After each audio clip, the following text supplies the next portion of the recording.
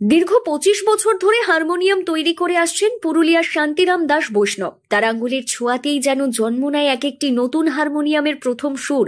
এখনো পর্যন্ত তিনি নিজের হাতে তৈরি করেছেন প্রায় 500-রও বেশি হারমোনিয়াম, যেগুলো পৌঁছে গেছে পুরুলিয়া, বাঁকুড়া সহ আশপাশের বিভিন্ন জেলায়। পুরুলিয়া জেলার কাশীপুরের ছোট্ট একটি দোকান থেকে শুরু হওয়া শান্তিরামের এই পথ চলা আজ শুধু অভিজ্ঞতা নয়, তার পরিশ্রম আর দক্ষতার গল্পও বলে। আমি মোটামুটি আপনার 25 বছর ধরে এই কাজে জড়িত আছি।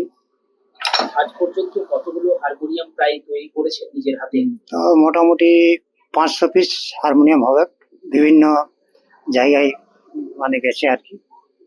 হারমোনিয়াম পুরুলিয়া ডিস্ট্রিক্টের মধ্যে আপনার পড়ুয়া, আপনার রঘুনাথপুর সাইড দিয়ে গেছে, তারপরে বাঁকুড়া ডিস্ট্রিক্ট ছাতনা, খড়বনা, কমলপুর, এই জায়গাগুলো হারমোনিয়াম অনেকে দিয়ে আছে এবং মেরামতের কাজ তো আসছে। আবার নতুন হারমোনিয়ামের প্রথম সুর আপনার হাত দিয়ে? হ্যাঁ, আমার হাত দিয়ে। কেমন লাগে সেই অনুভূতি? না, খুব ভালো লাগে। আমার এই কাজে আমি থাকতে চাই আর কি।